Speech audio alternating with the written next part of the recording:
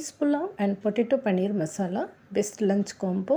ரெகுலராக பண்ணுற மாதிரி இல்லாமல் கொஞ்சம் டிஃப்ரெண்ட்டாக நல்ல டேஸ்ட்டாக எப்படி செய்யலான்னு பார்க்கலாம். வீடியோ ஃபுல்லாக பாருங்கள். பிடிச்சிருந்ததுன்னா லைக் பண்ணிவிட்டு சப்ஸ்கிரைப் பண்ணிக்கோங்க. இப்போ ரெசிபி எப்படி செய்கிறதுன்னு பார்க்கலாம்.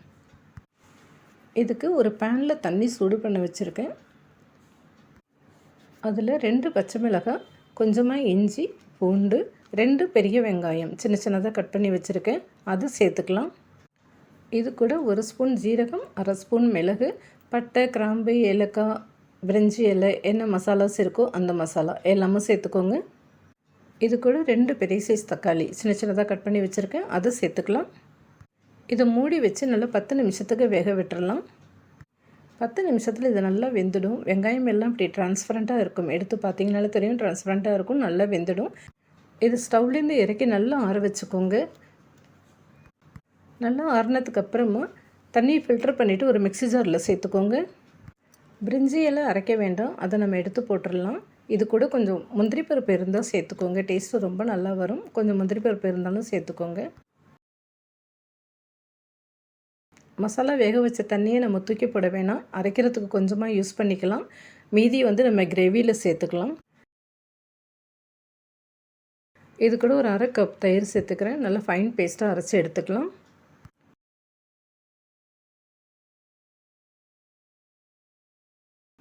இந்த மாதிரி நல்லா ஃபைன் பேஸ்ட்டாக அரைச்சி எடுத்துக்கோங்க. இப்போ ஒரு கடாயில் 3 ஸ்பூன் எண்ணெய் சேர்த்து நல்லா சூடு பண்ணிக்கோங்க. எண்ணெய் நல்லா சூடானதுக்கப்புறமா ஒரு 200 கிராம் பன்னீர் சின்ன சின்ன க்யூப்ஸாக கட் பண்ணி வச்சுருக்கேன். அது சேர்த்துக்கலாம். இந்த பன்னீரை நம்ம கோல்டன் ப்ரௌனாலாம் வறுக்க வேண்டாம், லைட்டாக வறுத்தா போதும். 2 பக்கமும் திருப்பி விட்டு லைட்டாக வதக்கி எடுத்துக்கோங்க.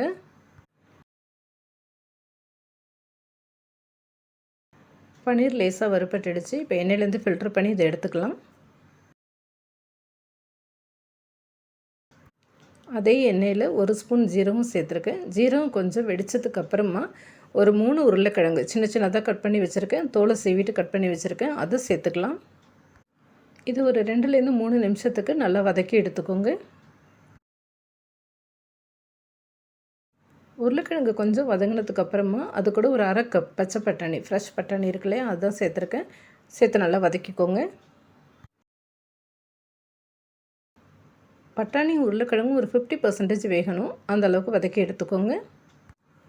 பட்டாணி உருளைக்கிழங்கும் பாதி வெந்துடுச்சு. இப்போ நம்ம அரைச்சி வச்ச மசாலா இருக்கு இல்லையா, அதை இது கூட சேர்த்துக்கலாம்.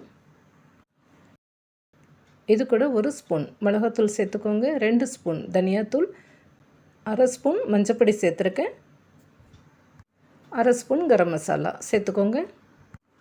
இது எல்லாத்தையும் நல்லா மிக்ஸ் பண்ணிக்கலாம். நம்ம வெங்காயம் தக்காளி எல்லாம் அரைச்சி சேர்த்துருக்கோம் இல்லையா, அது ஆல்ரெடி வெந்துடுச்சு. அதில் எந்த பச்சை வாசனையும் வராது. பட் மிளகாத்தூள் தனியாத்தூள்லாம் இப்போ சேர்த்துருக்கோம் இல்லையா, அது பச்சை வாசனை போகணும். அதனால் நல்லா வதக்கி எடுத்துக்கோங்க.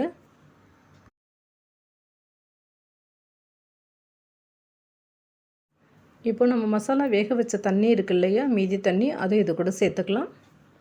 இந்த தண்ணி ரொம்ப ஃப்ளேவர்ஃபுல்லாக இருக்கும். எல்லா மசாலோட எசன்ஸும் அதில் இறங்கியிருக்கும். ரொம்ப ஃப்ளேவர்ஃபுல்லாக இருக்கும்.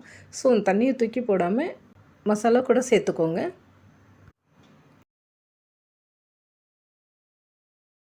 இப்போ நம்ம ஃப்ரை பண்ணி வச்ச பன்னீர் இது கூட சேர்த்துக்கலாம். சேர்த்து மிக்ஸ் பண்ணிக்கோங்க.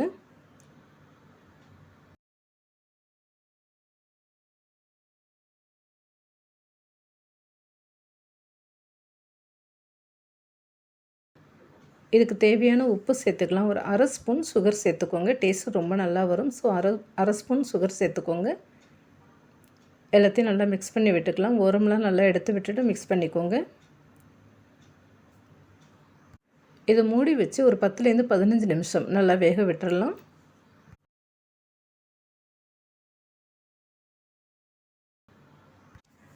பதினஞ்சு நிமிஷத்துக்கு அப்புறமா திறந்தோம்னாக்கா எண்ணெய் நல்லா பிரிஞ்சு வந்திருக்கு. பார்த்தீங்களா, மசாலா நல்லா ரெடி ஆகிடுச்சு. பொட்டேட்டோ பன்னீர் மசாலா ரெடி ஆகிடுச்சு. இந்த மெத்தடில் பொட்டேட்டோ பன்னீர் மசாலா இல்லை வெறும் பன்னீர் கூட போட்டு இந்த கிரேவி நீங்கள் செஞ்சு பார்க்கலாம். டேஸ்ட்டு ரொம்பவே நல்லா வரும், ஃப்ளேவர்ஃபுல்லாக இருக்கும். ட்ரை பண்ணி பாருங்கள். இது மேலே கொஞ்சம் கொத்தமல்லி தூவிட்டு நம்ம மசாலா இறக்கிடலாம். இப்போது பச்சை பட்டாணி வச்சு புலாவ் எப்படி செய்கிறதுன்னு பார்க்கலாம். இதுக்கு ஒரு மிக்ஸி ஜாரில் இஞ்சி, பூண்டு, 2 பெரிய வெங்காயம் கட் பண்ணி சேர்த்துருக்கேன். இது கூட 3 பச்சை மிளகாய் சின்ன சின்னதாக கட் பண்ணிவிட்டு அதை சேர்த்துருக்கேன். இது நல்லா ஃபைன் பேஸ்ட்டாக அரைச்சி எடுத்துக்கலாம். இந்த மாதிரி ஃபைன் பேஸ்ட்டாக அரைச்சி எடுத்துக்கோங்க. இப்போ ஒரு கடாயில் ஒரு 3 ஸ்பூன் எண்ணெய் சூடு பண்ணிவிட்டு அதில் பட்டை, கிராம்பு, பிரிஞ்சி இலை, கொஞ்சம் மிளகு, ஜீரகம் சேர்த்துக்கோங்க. ஒரு வெங்காயம் நீல வாக்கில் கட் பண்ணி சேர்த்துக்கோங்க. இதை நல்லா வதக்கிக்கலாம். நான் எலக்ட்ரிக் குக்கரில் இந்த புலாவ் பண்ண போகிறேன். ஸோ கடாயில் நான் எல்லா பொருட்களையும் சேர்த்துக்கிறேன். நீங்கள் குக்கரில் பண்ண போகிறதா இருந்தாக்கா நம்ம இப்போ கடாயில் என்னென்ன பொருள்லாம் சேர்க்குறோமோ அதெல்லாம் டைரெக்டாக குக்கரில் சேர்த்துக்கோங்க. நீங்கள் குக்கரில் சேர்த்துட்டு ஒரு 2 விசில் வச்சுட்டு ஒரு 5 நிமிஷம் சிம்மில் வச்சுட்டு ஆஃப் பண்ணிங்கன்னா புலாவ் ரெடி ஆகிடும். இந்த புலாவ் ஒரு மைல்டு காரம், மைல்டு டேஸ்ட்டாக தான் இருக்கும். பட் டேஸ்ட்டு ரொம்பவே நல்லாயிருக்கும். வெங்காயம் நல்லா ப்ரௌனாக வதங்கணும்னு அவசியம் இல்லை, கொஞ்சம் க்ளாஸி டைப் வந்தால் போதும். இது கூட ஒரு 1/2 கப் பட்டாணி சேர்த்துருக்கேன், பச்சை பட்டாணி சேர்த்துருக்கேன். சேர்த்து நல்லா வதக்கிக்கோங்க. பட்டாணி கொஞ்சம் வதங்கினதுக்கப்புறமா நம்ம இஞ்சி, பூண்டு, வெங்காயம், பச்சை மிளகாய் அரைச்சி வச்சுருக்கோம் இல்லையா, அந்த பேஸ்ட்டு இதில் சேர்த்துக்கலாம். இந்த பேஸ்ட்டு சேர்த்தோன்னே இதோட வாசனை ரொம்பவே நல்லாயிருக்கும். நல்ல ஃப்ளேவர்ஃபுல்லான புலாவ் இது. இஞ்சி, பூண்டு, பச்சை வாசனை போகிற வரைக்கும் நல்லா வதக்கிக்கோங்க. இது கூட ஒரு 1/2 ஸ்பூன் கரம் மசாலா சேர்த்துக்கலாம். சேர்த்துட்டு நல்லா வதக்கிக்கோங்க.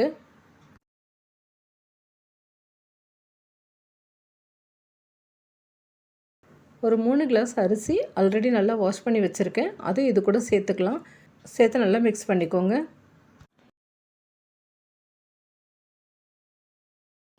இந்த புலாவ் நான் எலக்ட்ரிக் குக்கரில் பண்ண போகிறேன். ஸோ குக்கரில் இதை ஆட் பண்ணிக்கலாம்.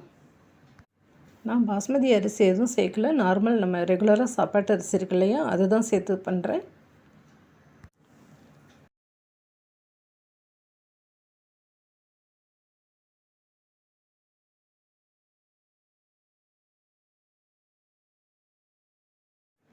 இதுக்கு தேவையான தண்ணி சேர்த்துக்கோங்க. நீங்கள் பாஸ்மதி அரிசி யூஸ் பண்ணிங்கன்னா 1 கிளாஸ் அரிசிக்கு 1.5 கிளாஸ் தண்ணி வைக்கணும்.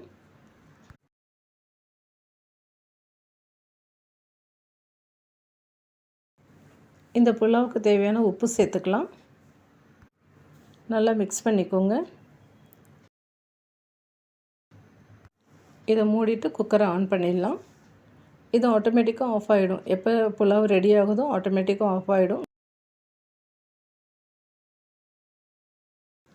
இது ஒரு 20 to 25 மினிட்ஸில் புலாவ் ரெடி ஆகிடுச்சு. இது மேலே கொஞ்சம் தனியாக பத்தா தூவிக்கலாம்.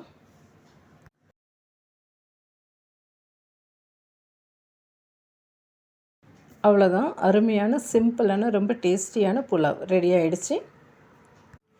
இந்த பீஸ் புலாவ் கூட இந்த பன்னீர் மசாலா ரொம்பவே பெஸ்ட் காம்பினேஷனாக இருக்கும். ரொம்ப டேஸ்டியான சிம்பிளான லஞ்ச் காம்போ ட்ரை பண்ணி பாருங்கள். வீடியோ பிடிச்சிருந்ததுன்னா லைக் பண்ணிவிட்டு சப்ஸ்கிரைப் பண்ணிக்கோங்க. நெக்ஸ்ட் வீடியோவில் பார்க்கலாம். பாய்.